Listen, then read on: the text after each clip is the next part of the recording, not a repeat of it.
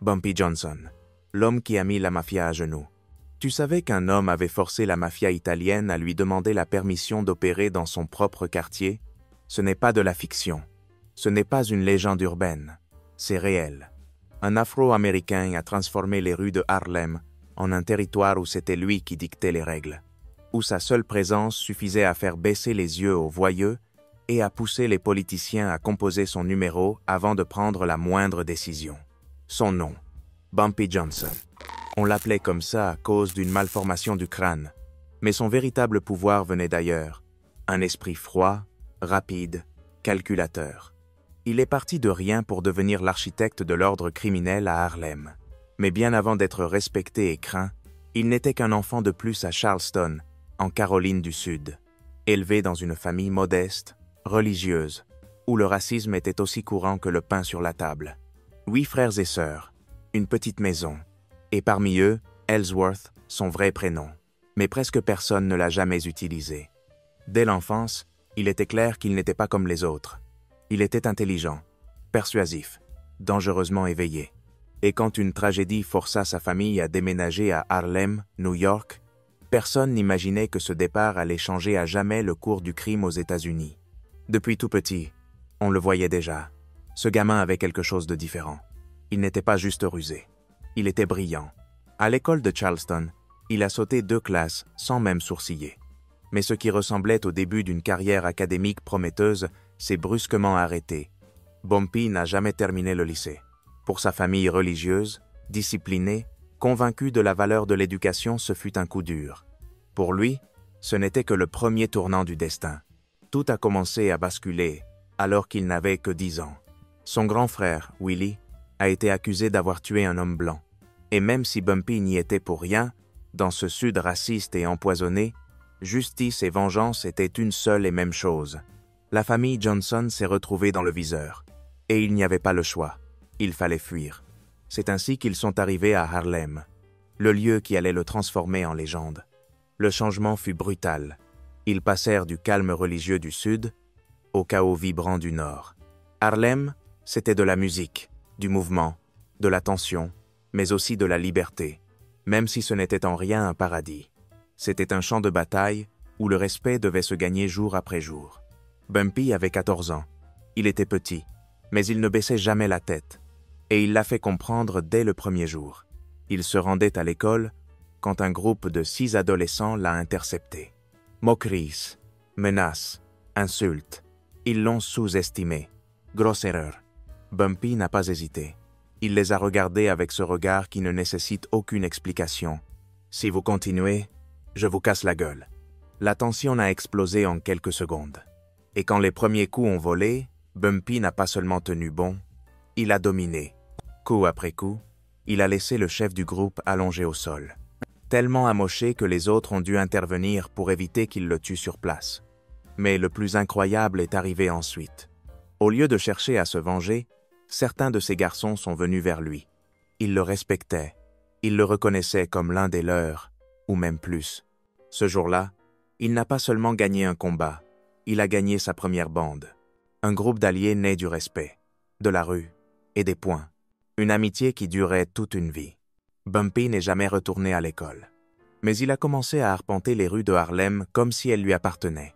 Chaque matin, il quittait l'appartement de sa sœur pour retrouver sa nouvelle bande.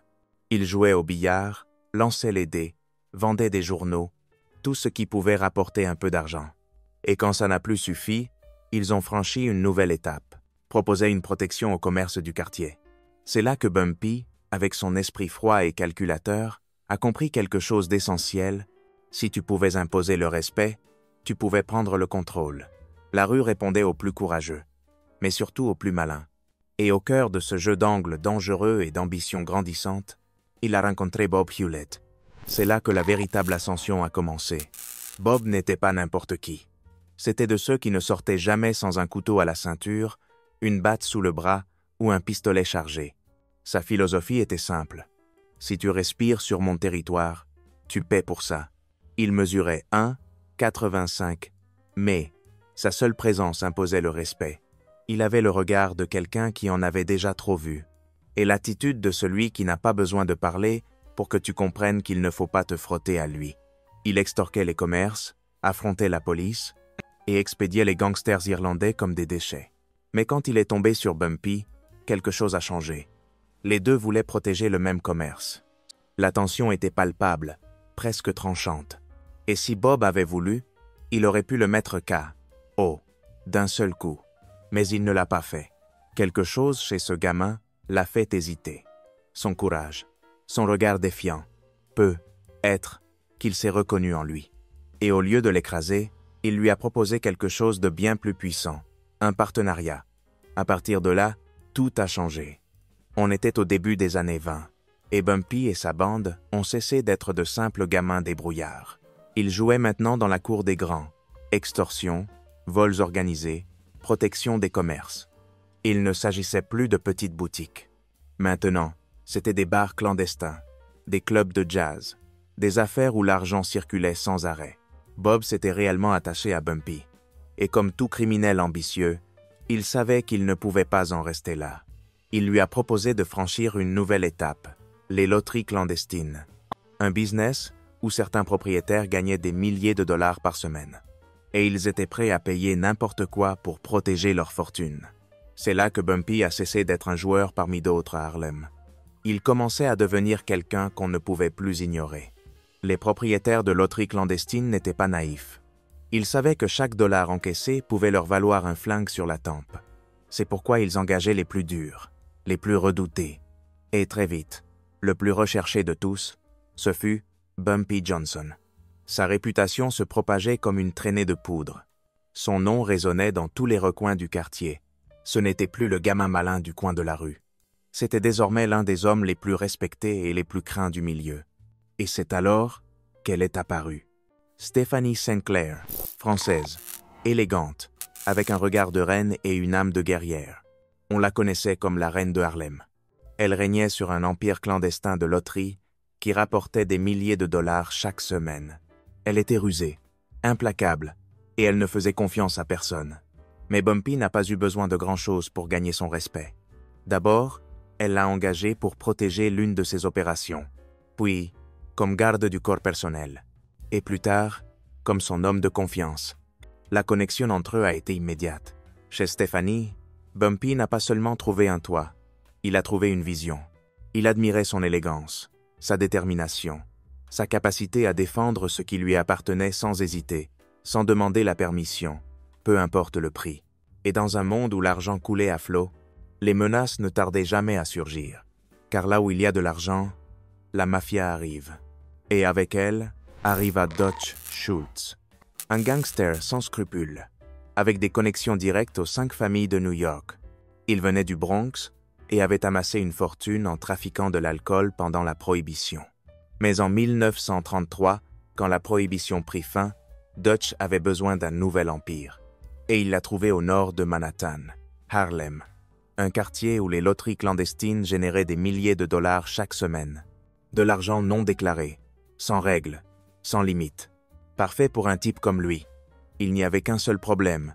Ce territoire avait déjà une propriétaire, Stephanie Sinclair. Mais Dutch ne croyait pas à la propriété, ni aux avertissements, et encore moins au respect. Dutch Schultz a entamé son avancée avec une proposition qui ressemblait plutôt à un ultimatum. Rejoins-nous et tu n'auras pas de problème avec la police. Tu auras de la protection, surtout contre les enlèvements. Ce qu'il ne disait pas, c'est que les enlèvements venaient de ses propres hommes de main. C'était une opération classique d'intimidation. Ils arrivaient, faisaient pression, et si tu refusais, tu disparaissais. En peu de temps, Schultz a mis un pied à Harlem, et il n'a pas tardé à s'étendre comme un virus. Son ambition était sans limite, sa violence, imprévisible, et son message était clair. Soit tu te joignais à lui, soit tu disparaissais. Pour Stephanie, c'était inacceptable.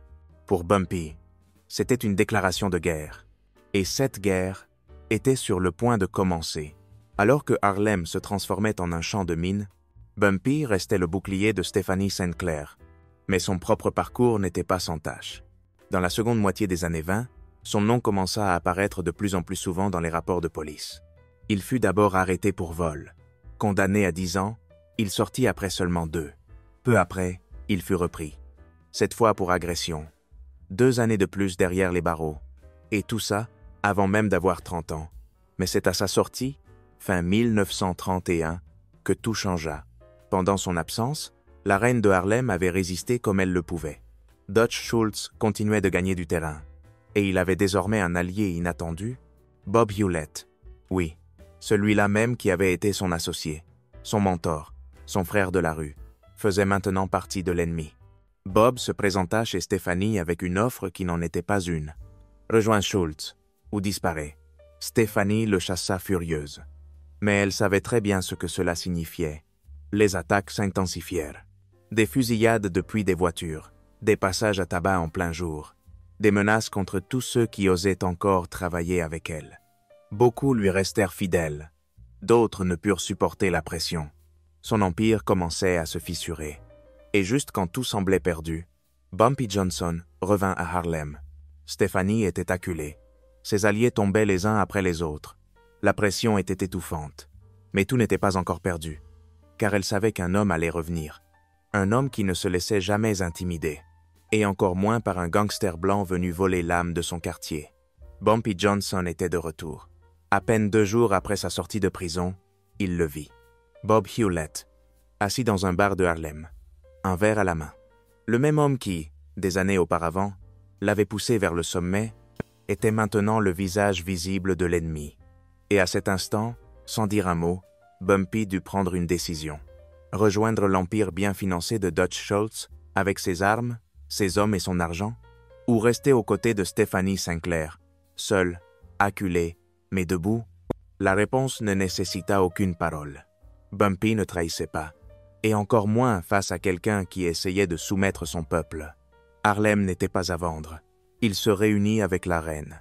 Ils analysèrent la situation. Ils étaient clairement en infériorité. Schultz avait tout, sauf une chose qu'on ne peut pas acheter, la loyauté. La première mission était claire, se procurer des armes. La guerre pour Harlem était sur le point d'exploser, et Bumpy allait porter le premier coup. C'était lui le cerveau, celui qui réfléchissait à chaque mouvement comme dans une partie d'échecs. À ses côtés, son vieil ami Nat, chargé des règlements de compte. Ensemble, ils formaient un duo redoutable, soutenu par un petit groupe, mais loyal jusqu'à la moelle. Schultz avait plus d'hommes, plus d'armes, plus d'argent. Bumpy avait une stratégie. Ils ont choisi le seul chemin qui leur donnait une réelle chance, la guerre de guérilla, des frappes rapides, précises, inattendues, et ça marchait, tandis que les hommes de Schultz étaient maladroits, bruyants et brutaux. Ceux de Bumpy se fondaient dans la foule. Ils étaient de Harlem.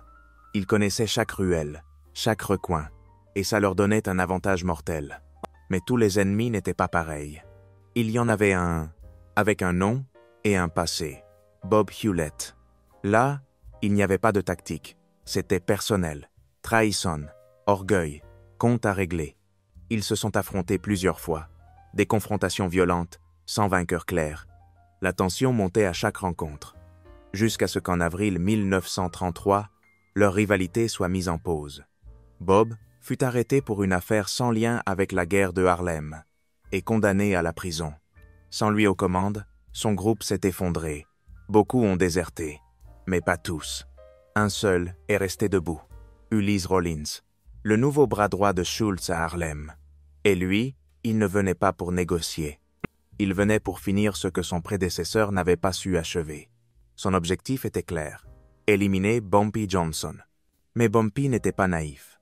Il savait que le vrai rival, ce n'était pas Rollins, c'était Schultz. Et Schultz n'était pas simple à atteindre. Violent, oui, mais insaisissable. Il ne mettait presque jamais les pieds à Harlem. Toujours entouré de gardes du corps, blindé comme s'il savait que quelqu'un à tout moment chercherait à l'éliminer. Et ça frustrait Bumpy. Se battre contre un fantôme, ce n'était pas son style. Mais il avait une autre carte, et c'était une carte majeure. Il savait qu'un nom pouvait changer l'équilibre des forces à New York. Charles, Lucky Luciano, le chef de tous, le cerveau qui avait restructuré la mafia de l'intérieur. Et, en plus, quelqu'un qui connaissait personnellement Schultz. Fin 1934, Bumpy joua sa carte, et il le contacta directement. La rencontre fut tendue, mais cordiale. Luciano l'écouta attentivement. Il savait ce qui se passait à Harlem. Il connaissait la guerre que Schultz avait déclenchée. Mais il savait aussi une chose. Intervenir avait un prix. Et comme tout dans son monde, rien n'était gratuit. Luciano fut clair. Je peux t'aider, mais si je le fais, je contrôle le jeu à Harlem. Et toi, tu travailles pour moi, pour un salaire hebdomadaire. Une gifle enveloppée de velours. Bumpy se leva. Il n'éleva pas la voix. Mais chaque mot pesait comme du plomb.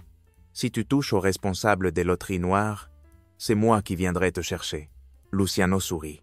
Il aimait le courage, même s'il le prenait pour de la folie. Mais Bumpy n'était pas un fou. C'était un homme qui n'avait aucune intention de céder Harlem sans se battre. Luciano le regarda froidement, se pencha vers lui et lui lança, presque avec mépris. « Tu ne peux pas gagner une guerre contre moi. » Bumpy ne broncha pas. Il lui rendit son sourire et répondit calmement. « Schultz a dit la même chose. Et pourtant, me voilà, en train de te parler. » Luciano, amusé par l'audace de Bumpy, ne changea pas de position. Il n'y aurait pas d'accord. Pas pour l'instant. La conversation s'arrêta là. Mais Bumpy savait qu'il avait semé quelque chose. Le respect, même si c'était par la force. Pendant ce temps, à Harlem, la guerre continuait de faire des victimes. L'été 1935, la tension atteignit son apogée. Bumpy marchait dans la rue avec une fille, tranquillement, quand il le vit. Ulysse Rollins, bouillonnant de rage, un couteau à la main. Sans prévenir, il se jeta sur lui. La bagarre fut brutale, corps à corps, cris, sang, le chaos en pleine rue. Mais Bumpy ne reculait pas d'un centimètre. Et quand tout fut terminé, Rollins gisait au sol, le visage défiguré. Un de ses yeux pendait, maintenu seulement par un ligament. Bumpy se releva, épousta sa veste, et, comme si de rien n'était, murmura « J'ai envie de spaghettis aux boulettes ». Rollins fut transporté à l'hôpital en hurlant. Mais cela ne l'arrêta pas. Le soir même, bandé de partout, le visage en lambeaux, il sortit chercher Bumpy. Il le trouva, le fixa, sortit son arme, et sans hésiter, visa directement sa tête. Il tira. La balle effleura le chapeau de Bumpy, et continua sa course. Elle ne le toucha pas, mais atteignit une femme innocente qui passait tout près. Elle s'effondra, morte sur le coup. Le chaos explosa. Chris, panique, confusion totale. Et là, au milieu du tumulte, un policier qui par hasard se trouvait dans le restaurant avait tout vu. Rollins fut arrêté sur le champ. Et cette fois, la justice ne montra aucune pitié. Il fut lourdement condamné. Mais Harlem restait un échiquier en guerre. Et Bumpy, toujours debout, intact, le regard fixé sur son véritable ennemi, continuait de rêver à la chute de Schultz. Ce souhait devint enfin réalité. En octobre 1935, les plus grands parrains de la mafia décidèrent que Dutch Schultz était devenu un problème. Le type voulait assassiner un procureur fédéral, Thomas Dewey, pour se sortir d'affaire. Mais pour Luciano et le reste du syndicat, c'était un suicide collectif. Le chaos attire l'attention. Et l'attention attire le FBI. Il fallait l'arrêter. Schultz fut criblé de balles dans un restaurant du New Jersey. Il mourut peu après dans un lit d'hôpital. Son empire s'effondra. Et Harlem, enfin, put respirer. Avec Dutch Schultz hors jeu, Bumpy et la reine de Harlem célébraient leur victoire. Pour la première fois depuis longtemps, le quartier était calme. La guerre était finie. Mais la paix restait fragile, car lorsqu'un prédateur tombe, un autre attend toujours son tour. Et cette fois, ce prédateur s'appelait Lucky Luciano. Avec Schultz hors jeu, Luciano ne perdit pas de temps. Il commença à bouger ses pions avec rapidité et précision. Il voulait le contrôle total des loteries clandestines à Harlem. Et s'il fallait pour cela écarter Bumpy, il n'hésiterait pas une seconde. Mais Bumpy n'avait aucune intention de rester les bras croisés. Il n'allait pas encore une fois laisser un homme blanc venir arracher à sa communauté ce qu'elle avait gagné avec du sang, de la rue et de la loyauté. Une semaine après la mort de Schultz, Luciano demanda une nouvelle rencontre. Cette fois, pas de tension, pas de menace. Juste une discussion entre deux hommes qui savaient que, la guerre à peine terminée, l'avenir devait se construire, ou tout exploserait à nouveau. Luciano écouta en premier, et Bumpy alla droit au but. Il savait qu'il ne pouvait pas gagner une guerre contre le patron de la mafia, mais il ne pouvait pas non plus permettre que Harlem repasse sous contrôle extérieur. Le contrôle du jeu, au moins dans son quartier, devait rester entre les mains des Afro-Américains. Luciano, surpris par la fermeté de Bumpy, céda, mais à peine. Il promit de ne pas toucher aux joueurs qui avaient soutenu Bumpy pendant la guerre. Mais il fut très clair. Toute nouvelle loterie qui s'ouvrira à Harlem sera sous la supervision de la mafia. Bumpy ne céda pas. Il savait qu'il ne pouvait pas reculer à ce stade. Alors il joua sa dernière carte. Alors faisons-le ensemble. Fais de moi ton associé ici. Rien ne bouge à Harlem sans moi. Même pas toi. Sa proposition était claire. Devenir le partenaire officiel de Luciano à Harlem. Que rien ne se fasse sans son approbation. Avoir une voix, du pouvoir et une véritable part du business. Les heures passaient. La tension montait. À un moment, Luciano le fixa froidement et lui lança, sans détour. « Tu ne te rends pas compte que je te rends service? Je pourrais te tuer ici même et prendre le contrôle total. » Bumpy ne broncha pas. Il le regarda calmement, sans ciller, et lui répondit avec un demi-sourire. « Je sais, mais je sais aussi que tu es un trop bon négociant pour faire une bêtise pareille. » Et à cet instant, Luciano comprit. Il n'avait pas en face de lui un simple voyou de quartier. Il avait en face de lui un homme qui savait jouer à très haut niveau. Et ainsi, après des heures de discussion, de regards pesés et de silence tendu, ils se mirent à rire. Et ils scellèrent l'accord. Bumpy Johnson venait de réaliser l'impensable. Négocier la paix avec le chef le plus redouté de New York et en sortir gagnant. À partir de ce jour-là, Harlem le traita comme un roi. Dans les bars, les verres étaient offerts. Dans les clubs, tout le monde voulait l'approcher. Les femmes l'admiraient. Les célébrités le saluaient. Mais ce dont il était le plus fier, c'était autre chose. La mafia italienne le respectait. Il savait qu'il ne pouvait pas toucher à ses loteries, ni même effleurer son business, sans en subir les conséquences. Bumpy n'était pas un homme parmi d'autres. Il était le seul Afro-Américain à avoir regardé la mafia droit dans les yeux et à en être sorti avec un accord. Cette paix dura jusqu'en 1936. Cette année-là, Luciano fut arrêté pour proxénétisme. Et avec sa chute, un nouveau chapitre s'ouvrit. Un chapitre plus sombre. 1 an plus tard, Bumpy tomba à son tour. Cette fois, pour avoir défendu l'une des femmes placées sous sa protection.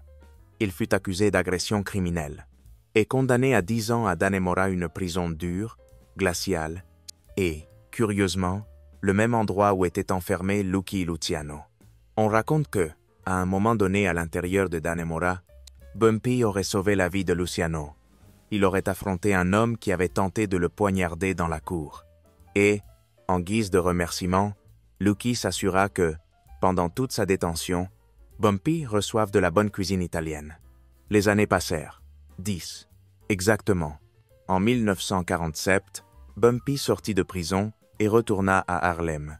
Mais le quartier qu'il retrouva n'était plus le même. Quelque chose avait changé.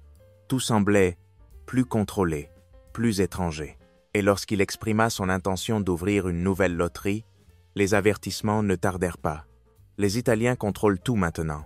Il est possible qu'on ne te laisse même pas en ouvrir une. Mais Bumpy ne se laissait jamais intimider par des rumeurs. Jamais. Il demanda une réunion avec Joe Adonis, le chef intérimaire qui gérait désormais les affaires de Luciano.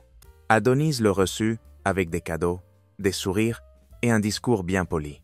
Mais derrière ce théâtre, le message était clair. Tu n'es plus le roi de Harlem. Ton accord avec la mafia est terminé. Bumpy écouta. Il sourit froidement et se leva avec ses hommes. Avant de partir, il le fixa et dit d'un ton ferme « Fais savoir à notre ami commun ce qui se passe et que je ne suis pas satisfait de la situation. Dis-lui aussi que ce fut un plaisir de l'avoir aidé durant notre absence commune. La guerre n'était pas de retour, mais la tension, elle, était bien là. Et Bumpy, une fois de plus, était prêt à reprendre ce qui lui appartenait.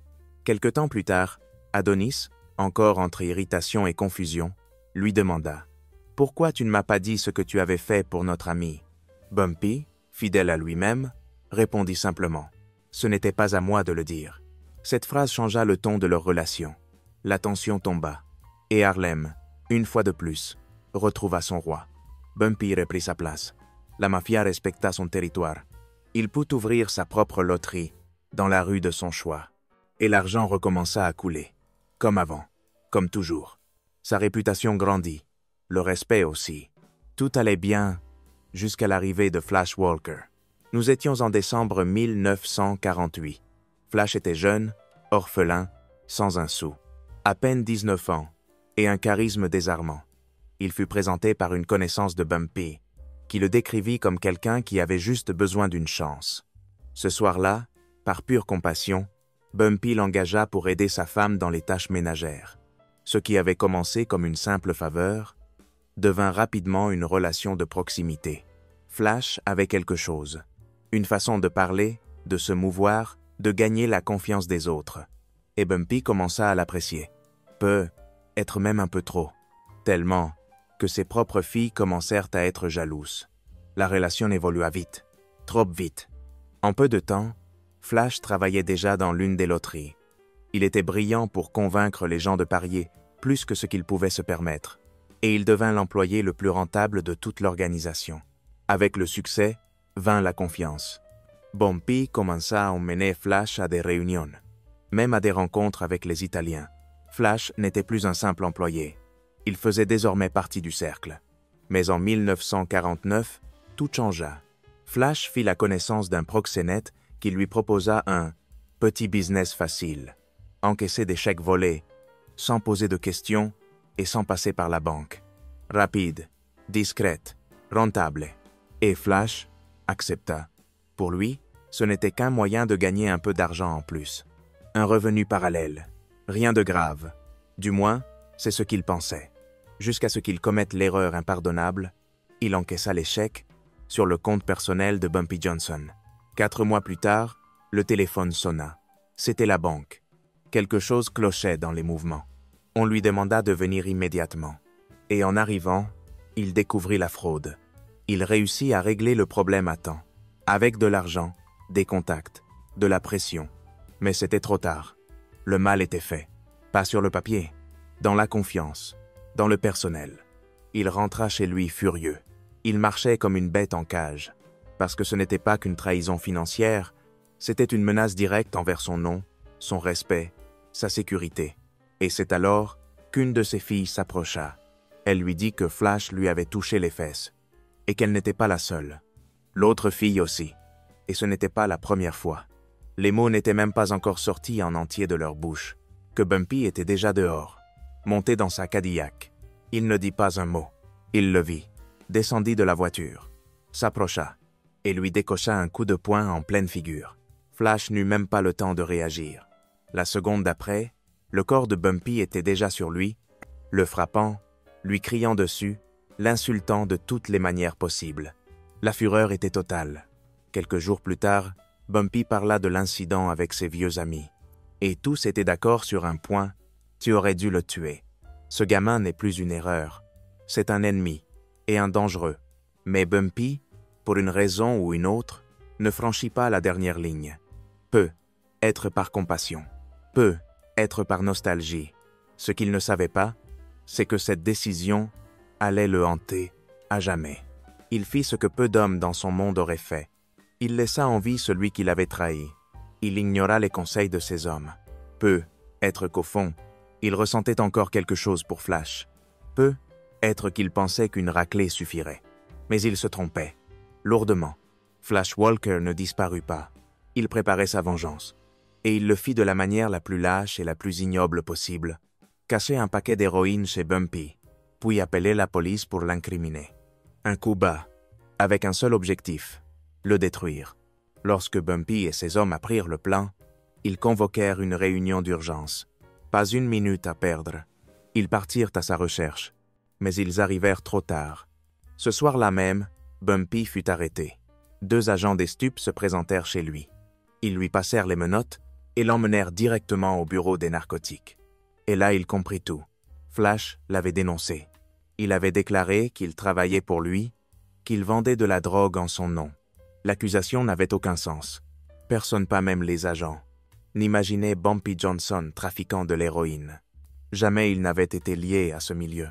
Mais cette fois, ce n'était pas la vérité qui comptait. C'était ce qui arrangeait. Les fédéraux prirent l'affaire en main. Ils y virent l'opportunité parfaite. Attraper une figure respectée et la forcer à dénoncer les vrais barons de la drogue à Harlem. Mais il y avait un problème. Bumpy ne parlait pas. Jamais. Il dépensa une fortune en avocats, en contacts, en faveurs. Il fit tout ce qu'un homme peut faire, quand il n'a aucune intention de plier. Mais le système ne cherchait pas la justice. Il voulait un trophée. Et Bumpy Johnson était parfait pour ça. Les fédéraux le harcelèrent sans relâche. Ils voulaient des noms, des réseaux, des informations. Et chaque fois qu'ils insistaient, Bumpy ne leur disait qu'une chose. Allez au diable. En juin 1952, le procès commença. Il avait passé des mois en liberté sous caution. Mais tout allait se jouer dans cette salle. Le jury ne prit pas longtemps. 3 heures de délibération suffirent à sceller son sort. Coupable. 2 chefs d'accusation pour trafic de drogue. Ses proches furent sous le choc. L'homme qui avait régné sur Harlem avec honneur et principe fut condamné à 15 ans de prison. On l'envoya à Alcatraz, la prison la plus redoutée du pays. Là-bas, il n'y avait pas de nom, juste des numéros. Les gardiens te brisaient dès le premier jour. Et l'endroit était rempli des pires criminels des États-Unis. Mais Bumpy tint bon, isolé, réduit au silence, jamais vaincu. Il purgea 10 ans. Et en 1963, il fut libéré sous conditionnel. Quand il revint à Harlem, ce fut comme le retour d'un président. Les rues se remplirent. La foule applaudissait. On lançait des confettis depuis les fenêtres. On criait son nom. Il était de retour. Après une décennie derrière les barreaux, Harlem était toujours à lui. Les gens l'acclamaient. Et lui, les yeux pleins de larmes, saluait depuis la voiture, comme s'il savait que cette ovation pouvait bien être la dernière. Il se leva lentement du siège, regarda son peuple, son quartier, ce Harlem qu'il accueillait encore comme un roi. Cela ressemblait à un accueil triomphal. Mais c'était peu, être, un adieu, car même si son visage restait ferme, son corps, lui, commençait à faiblir. Au début de l'année 1967, les problèmes cardiaques se firent de plus en plus présents. Et 1 an plus tard, le 7 juillet 1968, alors qu'il s'apprêtait à dîner dans un restaurant du même quartier où il avait forgé sa légende, son cœur s'arrêta. Il avait 62 ans. Sa mort, c'est quoi Harlem? C'était la fin d'une figure qui, pour le meilleur ou pour le pire, avait marqué une époque. Beaucoup l'appelaient le Robin des Bois de Harlem. Un gangster, oui, mais aussi un homme qui protégeait les siens, qui aidait les plus démunis, qui inspirait le respect, mais offrait aussi un refuge. Bumpy affirma, jusqu'à son dernier souffle, avoir été faussement accusé de trafic de drogue dans les années 50.